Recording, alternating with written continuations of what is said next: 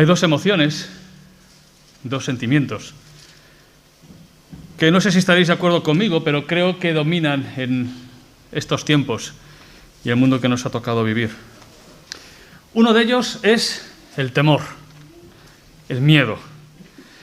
Miedo a la enfermedad, miedo a contagiarnos.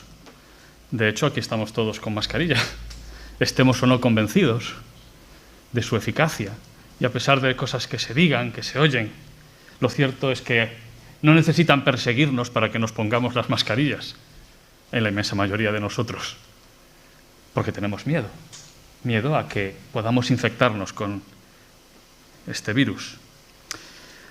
Podemos tener miedo a las consecuencias, quizás no en nosotros mismos, sino en las personas que están cerca de nosotros, nuestros mayores, nuestros niños, porque vemos las consecuencias que tienen. Y hay hermanos de nuestra iglesia que hoy están sufriendo esta situación, y otros que habéis dado testimonio de cómo el Señor os ha dado fuerzas para superarla. Quizás no solo tengamos miedo a perder la salud, sino las pérdidas económicas que sabemos, que prevemos que van a venir, y a la situación tan imprevisible que está afectando a muchas personas que ven cómo con facilidad les dicen no vayas a trabajar, no salgas, pero si no salen a trabajar no tienen ingresos. Así que tenemos temor de perder nuestros puestos de trabajo, nuestras fuentes de ingreso y temer por qué va a pasar con la familia, con la hipoteca. Otras personas quizás lo que lo están viviendo es con angustia personal, quizás porque están solos, quizás porque toda esta situación les está agravando su estado de ánimo. Hay personas que lo viven con pánico, con angustia, con depresión, y que el temor es lo que realmente les domina. Y ese temor puede tener expresiones muy diversas. Algunos intentan sobreponerse al temor negándolo todo, y ya sabéis que también tenemos esa tendencia negacionista en nuestra sociedad. Pero otros reaccionan ante el temor de una forma completamente contraria, que es reaccionando con violencia. Y también lo estamos viendo, como hay personas que incapaces de controlar y de manejar lo que están viviendo, reaccionan contra lo que esté a su alrededor. Una emoción, el temor. La otra, ya la adelantó Antonio al presentarnos Apocalipsis. Esto no hay quien lo entienda, confusión. Temor y confusión. Confusión porque cada día nos dicen una cosa y en una misma semana tenemos que cambiar 3 veces las previsiones para nuestra vida cotidiana o para las actividades de la Iglesia. Confusión que hace que probablemente estamos viviendo la situación de mayor descrédito de las instituciones públicas en nuestro mundo occidental, porque ya no sabemos a quién creer, ni de quién fiarnos, ni quién nos dice la verdad o quién nos engaña. ¿Hay soluciones? ¿No las habrá? ¿Qué hacemos? ¿Qué no hacemos? Temor y confusión. Yo no sé si esto afecta a vuestra fe o no. Quizás haya personas que también en un negacionismo espiritualista dicen no, a mí esto no me afecta porque mi fe está por encima de todo. Me alegro por ti si es verdad. Pero los creyentes estamos en este mundo, en esta vida, y lo que ocurre a nuestro alrededor nos afecta. Y negarlo creo que es ocultar la lucha y la realidad de la vida espiritual. Quizás algunos se vayan acomodando paulatinamente y esta situación de temor, confusión, de distanciamiento hacen que vayan perdiendo el contacto con sus hermanos o con las iglesias o con Dios mismo. Quizás puede crecer el desánimo, la sensación de derrota, el no encontrar respuesta, ni siquiera en la fe. Pero también esto podría ser una oportunidad para crecer. Una oportunidad para afrontar nuevos retos que Dios pone por delante de nosotros. Quizás sea la manera en la que Dios obra, nos lo recordabas, ¿verdad? Para hacernos reaccionar y para que demos nuevas respuestas para la misma misión de la Iglesia, que no cambia. El Señor nos ha dejado, no hace falta poner eso ahora, por favor. El Señor nos ha dejado una respuesta en su palabra, y Antonio nos lo mencionaba. En general en toda la palabra, pero precisamente en el libro de Apocalipsis, el Señor escribió mensajes de ánimo para tiempos difíciles. Y en estas cartas que encontramos al principio de Apocalipsis, vamos a ver que las iglesias vivían realidades no tan diferentes a las nuestras. Lo que ocurre es que a nosotros, nuestros dolores siempre nos parecen los peores, y nuestras crisis nos parece que son las más grandes de la historia, cuando muchas veces han ocurrido cosas más duras a nuestros hermanos.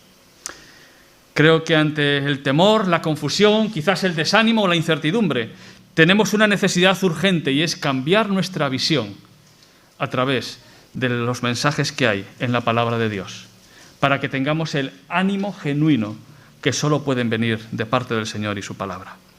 Y Antonio empezó leyendo el libro de Apocalipsis, y precisamente empezamos hoy una serie basada en las cartas a las 7 iglesias que encontramos en el inicio del libro de Apocalipsis. Y como ya se leían en los primeros versículos, permitidme que salte al capítulo 1, versículo 9, en el cual se nos presenta el autor de este libro. Yo, Juan, vuestro hermano y compañero en la tribulación, en el reino y en la perseverancia de Jesucristo, estaba en la isla llamada Patmos por causa de la palabra de Dios y del testimonio de Jesucristo. Estando yo en el Espíritu en el día del Señor, oí detrás de mí una gran voz como de trompeta que decía: yo soy el Alfa y la Omega, el primero y el último. Escribe en un libro lo que ves y envíalo a las 7 iglesias que están en Asia: a Éfeso, Esmirna, Pérgamo, Tiatira, Sardis, Filadelfia y Laodicea. Juan se nos presenta en esta carta, en este libro, como un compañero de batalla, como alguien que se identifica con nosotros, que se identifica con las iglesias que estaban pasando por un momento difícil. Y si, como creen la mayoría de los comentaristas, este Juan es el apóstol, tenemos el testimonio de un testigo longevo y sufriente, alguien que fue una de las columnas de la iglesia, evangelista, pastor, pero alguien que sufrió las consecuencias de mantenerse fiel a la palabra de Dios a lo largo del tiempo. De hecho, él nos dice que estaba en el exilio, estaba desterrado. Fijaros, no desterrado tanto por el emperador, que era el que lo mandaba al destierro, sino que ve la causa por la cual eso ocurre. Es alguien que fue superviviente a Nerón y a la persecución que acabó con Pablo y con Pedro y con muchos otros. Y que ya casi al final de sus días sufre, y probablemente si se encaja eso dentro de estas fechas hacia el final del siglo I, sufre una de las persecuciones más hostiles que hubo en este siglo I, que fue la del emperador Domiciano. Así que Juan es mandado lejos, mandado fuera, a Patmos. Poco después, cuando muere este emperador, según nos cuentan la historia eclesiástica, regresa a lo que era su iglesia en la que estaba sirviendo, en Éfeso, y allí pasa sus últimos años. Así que Juan es alguien que sabe lo que es ser testigo, ser fiel y sufrir las consecuencias de ser fiel a Cristo. Y este Juan se identifica y comprende perfectamente la situación que están pasando las iglesias de alrededor, las iglesias que él conoce, las iglesias de Asia. Él es compañero, y esa expresión fraternal nos habla de que sabe lo que significa pasar por la tribulación. Comparte la carga, y comparte la carga en esa tribulación, porque tribulaciones ha habido muchas y las habrá, y habrá al final. Pero la iglesia ha pasado por grandes tribulaciones a lo largo de la historia. Él lo estaba pasando. Aun en medio de esa tribulación, el reino estaba avanzando. Fijaros que dice que es compañero en la tribulación, en el reino, pero también en la paciencia, en el aguante, en la verdadera resistencia, que es mantenerse fiel aún en medio de la adversidad. Ese es Juan. Y Juan lo que está haciendo es mandar una carta. Porque primariamente, formalmente, el libro de Apocalipsis, al que tantas veces también nos causa miedo, el libro de Apocalipsis es una carta. Una carta que Juan, de parte de Cristo, envía a 7 iglesias. A iglesias que necesitan ánimo en medio del desconcierto que están viviendo, como veremos dentro de un momento.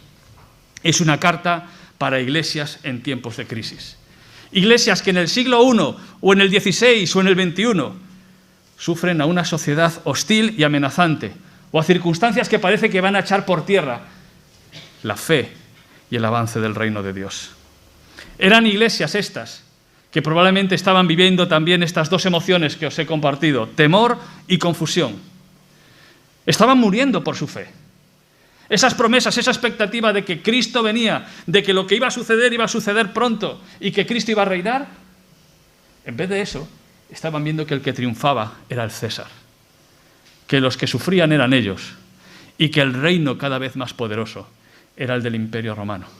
Y eso las tenía sumidos en la perplejidad. ¿Por qué gana César y no Cristo? ¿Dónde están las promesas de victoria y de triunfo que tanto cantaban como cantamos nosotros? Estas iglesias tenían la misma necesidad que nosotros: afianzar su fe y perseverar en Cristo. Todos los que en esta época estáis usando mascarillas y tenéis gafas, sabéis que esto es una dificultad mayor que la que tiene el resto de la población. Los que no tenéis gafas no podéis entendernos. Pero los que usáis gafas sabéis que hay una lucha permanente con la mascarilla. ¿Cuál es? Que se nos empañan. Y te venden de todo, y líquidos, y cosas, y intentas que no se te empañen, pero ¿cuánta gente acaba? Hombre, no acaba chocándose porque ves las cosas, pero no eres capaz de ver con claridad por culpa de que se están empañando las gafas. Y es un problema de verdad que es serio y es complicado, ¿eh?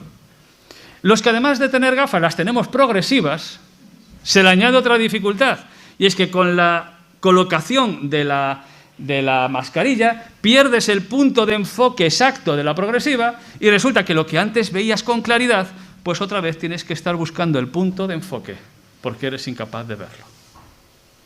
Estas circunstancias están volviendo borrosa nuestra vista y están desenfocando lo que debemos ser capaces de tener claro. Me volví para leer la voz, versículo 12. La voz que hablaba conmigo, y vuelto, vi 7 candelabros de oro, y en medio de los 7 candelabros a uno semejante al Hijo del Hombre, vestido de una ropa que llegaba hasta los pies, y tenía el pecho ceñido con un cinto de oro. Su cabeza y sus cabellos eran blancos como blanca lana, como nieve. Sus ojos como llama de fuego. Sus pies eran semejantes al bronce pulido, refulgente como en un horno, y su voz como el estruendo de muchas aguas. En su diestra tenía 7 estrellas, de su boca salía una espada aguda de 2 filos, y su rostro era como el sol cuando resplandece con toda su fuerza. Cuando lo vi, caí a sus pies como muerto. Hay una visión que lo cambia todo, y es la visión del Hijo de Dios, es la visión de Cristo. Y aquí Jesús se le presenta a Juan con una visión que lo deja asombrado, porque lo que está Juan es redescubriendo al verdadero Señor de la historia. Porque Apocalipsis es una carta, es cierto, pero como leíamos al principio, Apocalipsis es una revelación, es darnos a conocer algo que no sabíamos, es ver más allá de lo evidente, es volver a enfocar nuestra visión en quién es Dios y cuáles son sus propósitos. Apocalipsis es una revelación. Y Apocalipsis se centra en una persona, no se centra en detalles, en cálculos de fechas, probabilidades, años, reyes. No, ese no es el objetivo final de Apocalipsis. Apocalipsis se centra en Cristo y en redescubrir a Cristo en medio de las circunstancias más adversas que pueda pasar un creyente o que pueda pasar la Iglesia. Y en esa visión que se le presenta a Juan de Jesús, ¿dónde está Jesús? Está en medio de unas lámparas, de unos candelabros, de unos candeleros, que el propio libro de Apocalipsis nos aclara unos versículos más adelante. Son las iglesias. ¿Y qué imagen de más ánimo y de más consuelo puede haber para una iglesia que se siente confundida que darse cuenta de que Jesús sigue en medio de ella? De que Jesús estaba en Patmos con Juan, pero Jesús estaba también en cada una de las iglesias de Asia, como está en la nuestra, como está con vosotros que nos acompañáis desde casa, porque Cristo está presente en medio de los suyos. Aunque la comunidad de fe esté dispersa, el Señor se halla presente en medio de su iglesia siempre. Y a Juan se le recuerda que esa presencia no es una presencia timorata, no es una presencia a ver si hay suerte y el triunfo llega en algún momento. Es la presencia del Señor Dios Todopoderoso, el Alfa y la Omega, el Señor de la historia. Y así se le aparece con una vestidura de gala, y todas las cualidades que aparecen aquí, no vamos a pararnos en ellas, nos muestra esa grandeza de un gobernante incontestable, deslumbrante, al que nada ni nadie puede resistir. Y además con un mensaje, con una palabra poderosa que penetra, que entra en el corazón de la persona y que a Juan le conmociona. Le conmociona hasta el punto de que cae derrumbado por la visión del Hijo de Dios. ¿Y qué le dice Jesús? Acompañadme. Él puso su diestra sobre mí, diciéndome, no temas. No temas. ¿Por qué? ¿Porque todo va a ir bien? ¿Porque no pasa nada? No, no temas, porque yo soy. Yo soy el primero y el último, el que vive, el que estuve muerto, pero vivo por los siglos de los siglos, y tengo las llaves de la muerte y del Hades. Y aquí cambia por completo la perspectiva de Juan y la perspectiva del ser humano. De mirar las circunstancias a mirar a Jesús. De pensar en el temor y la confusión que podemos sentir y la incertidumbre del futuro, a saber que Jesús está en medio de nosotros y nos dice, no temas, porque yo estoy contigo. Corramos con perseverancia la carrera que tenemos por delante. Fijemos la mirada en Jesús, el iniciador y perfeccionador de nuestra fe, quien por el gozo que le esperaba soportó la cruz, menospreciando la vergüenza que ella significaba, y ahora está sentado a la derecha del trono de Dios, dice Hebreos 12. Y ese toque del pastor no solo le habla, le toca, se acerca a él. Ese toque reanima a Juan, como reanima siempre a todo aquel que se acerca al vencedor de la muerte, a Jesús. Así que yo os pregunto, ¿qué es lo que está ocupando nuestra visión en estos tiempos? Quizás estamos viendo tantas noticias pésimas que eso acaba siendo todo nuestro horizonte. De verdad, a veces hace falta apagar la tele o la radio, desconectar un poco, porque no para huir de la realidad, sino para que esa no sea la única realidad que nos está entrando. Quizás ocupa nuestra visión el escapismo, bueno, no pasa nada. O las dificultades del día a día. Y como iglesia el pensar, es que esto es casi, es que no podemos hacer nada, ya no podemos hacerlo de siempre. Y eso para una iglesia es terrible. No podemos hacerlo de siempre, así que, ¿qué hacemos? El Hijo del Hombre cambia nuestra visión de la realidad, porque se nos presenta como aquel que tiene el control de la historia y tiene el control de nuestras vidas. Y como os decía, quizás podemos estar hartos de tantas malas noticias, de tantos mensajes de desánimo. El Señor tiene para sus iglesias del siglo I y del siglo XXI un mensaje que necesitamos escuchar. Porque estas cartas se escribieron a 7 iglesias. Ahora sí, Jairo, por favor. Se escribieron a 7 iglesias que eran reales. Eran iglesias, como veis, que además estaban más o menos cerca de Patmos. Veis en esa imagen, ¿verdad?, donde estaba Juan. Y de hecho podéis imaginaros a Juan pensando mentalmente en el mapa y recordando esas iglesias de esa zona, Éfeso, Esmirna, Pérgamo, Tiatira, Sardis, Filadelfia y la Odisea, ese círculo de esas 7 iglesias. 7 iglesias que, como digo, son reales, con personas a las que seguro que él podía poner cara, nombres y apellidos, diríamos hoy. Pero no solamente son 7 iglesias de Asia. Había más iglesias en Asia, pero Juan elige 7, porque 7 es algo más que simplemente una enumeración de iglesias. Nos está mostrando que es algo que simboliza la globalidad, el conjunto de todas las iglesias. Eran las iglesias de Asia, pero son también 7 iglesias representativas del pueblo de Dios a lo largo de la historia. De alguna manera, nosotros estamos representados en esas 7 iglesias. Y siempre a lo largo de la historia ha habido iglesias que han tenido esas características o semejantes a las de las iglesias de Asia. De manera que lo que dice a esas iglesias nos lo está diciendo a nosotros también. Y en las próximas semanas vamos a ver 7 mensajes de ánimo y de advertencia de parte de Jesús para las iglesias de Asia, pero para nuestra iglesia y para nuestra vida. Y esas cartas, le dice así, 1:19, escribe pues las cosas que has visto, las que son y las que han de ser después de estas. Respecto al misterio de las 7 estrellas que has visto en mi diestra y de los 7 candelabros de oro, las 7 iglesias son los ángeles de las 7 iglesias. Eso no aclara mucho, ¿verdad? Las 7 estrellas son los ángeles de las 7 iglesias y los 7 candelabros que has visto son las 7 iglesias. Y a partir de ahí empiezan 2 capítulos que desgranaremos en las próximas semanas con distintos hermanos que podremos tener la ocasión y el privilegio de compartir estos textos. Pero tienen en común varios elementos. Todas ellas empiezan, todas las cartas a estas iglesias empiezan centrando la mirada en Jesús y recordándole a la iglesia una cualidad o una característica concreta de Jesús que va a tener mucho que ver con la necesidad específica de esa iglesia. Pero siempre empieza poniendo nuestros ojos en Jesús, porque es lo que necesitamos siempre como creyentes y como iglesia. Y después va a continuar haciendo un reconocimiento de lo que es y lo que hace esa iglesia, con una frase que se repite, ¿sabéis cuál es? Conozco tus obras. Conozco tus obras. O dicho de otra manera, sé lo que estás haciendo, que te veo, que te vigilo, que sé quién eres, que sé lo que haces. Y lo hace reconociendo.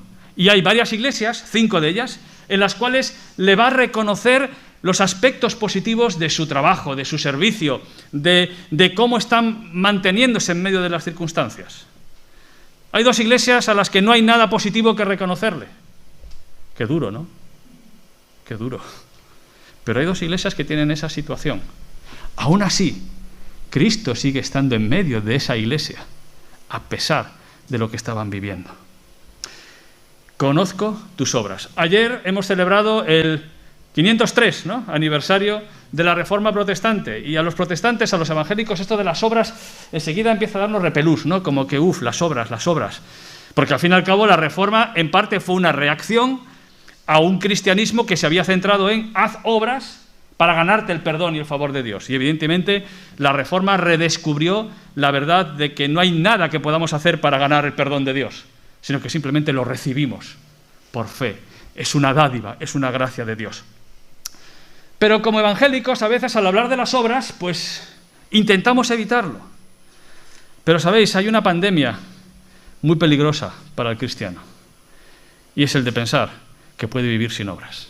La fe sin obras está muerta. Te mata tu fe. Porque las obras es parte del propósito de Dios para nuestra vida. Nos salvó y nos creó para que hiciésemos buenas obras. Dios tiene un propósito de vida activa para nosotros, de servicio, de entrega, de dedicación. Y Cristo mira a su iglesia y le dice, conozco tus obras. Me mira a mí, te mira a ti, y nos dice, sé lo que estás haciendo. Y lo sé para animarte, pero quizás también para examinarte, para hacerte ver que hay cosas que no estás haciendo como deberías. ¿No es algo que ponga en juego nuestra salvación? Claro que no. Pero sí es lo que Cristo está esperando de los suyos. Hermanos, ¿qué estamos haciendo como iglesia ante estos nuevos tiempos? ¿Nos estamos conformando? ¿Estamos escapando? ¿Estamos campeando el temporal como podemos? ¿O estamos afrontando estos nuevos tiempos para entrar por esa puerta que Dios abre y llevar este mensaje de salvación y de esperanza a un mundo que sí necesita una vacuna, es verdad, pero necesita por encima de todo mirar a Cristo como Salvador y Señor de sus vidas? Las 7 cartas son unas cartas de estímulo y de advertencia. De estímulo para seguir, pero de advertencia también a la iglesia de las consecuencias de no ser fiel al llamado y a la misión. ¿Sabéis? Podemos fracasar como iglesia. Podemos fracasar en esta generación. Podemos fracasar en este desafío. Dios va a continuar con su obra. Pero como le dijo en su momento alguien a Esther, si tú no lo haces, otro lo hará. Pero tú y tu familia sufriréis las consecuencias. Y sabéis, en un sentido, ese desafío sigue siendo real para cada uno de nosotros. La obra de Dios va a avanzar, con nosotros o sin nosotros. Dios no nos necesita para cumplir sus planes, pero quiere que seamos sus colaboradores. Quiere que aprovechemos esta situación que Él está poniéndonos por delante para alcanzar a esta generación, con el lenguaje de esta generación, en el momento en el que estamos viviendo, sin mirar atrás con añoranza, Mirando atrás como ejemplo de aquellos que estuvieron dispuestos a adaptarse en los nuevos tiempos que les tocó vivir, generación tras generación. Y estos son los momentos que Dios nos permite vivir a nosotros. Y terminan las cartas con una promesa al vencedor, porque en Cristo hay victoria. Porque hay combate, es cierto, porque va a haber lucha, pero hay una promesa de victoria a la Iglesia que se mantiene firme en Dios. Merece la pena perseverar, merece la pena servir a este Señor. Así que, para terminar, no estamos viviendo la primera ni la peor tribulación de la historia. Debemos admirar la fidelidad de aquellas iglesias que a lo largo de la historia se han mantenido fieles a Dios en medio de sus circunstancias, como de aquellos que nos han antecedido en la fe. Pero por encima de todo, tenemos que mirar a Jesús para que disipe nuestro temor, para que aclare nuestra confusión y restaure nuestro ánimo y sigamos adelante con la batalla que tenemos. Somos llamados a obrar como testimonio del amor de Dios en un mundo desorientado. El Señor nos llama a que nos levantemos como iglesia. Levántate, iglesia del Señor, y cumple tu misión, porque el Señor está con nosotros. Levántate, iglesia.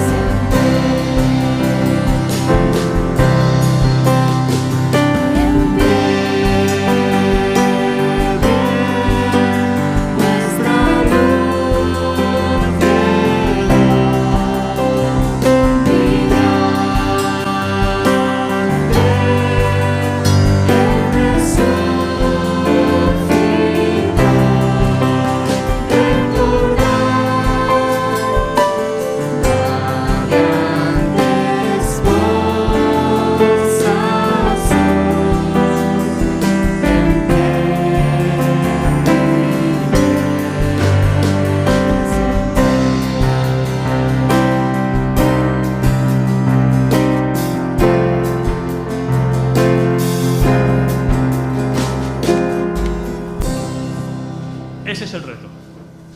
Que el Señor permita que sea realidad en nuestras vidas y en nuestra iglesia. Amén.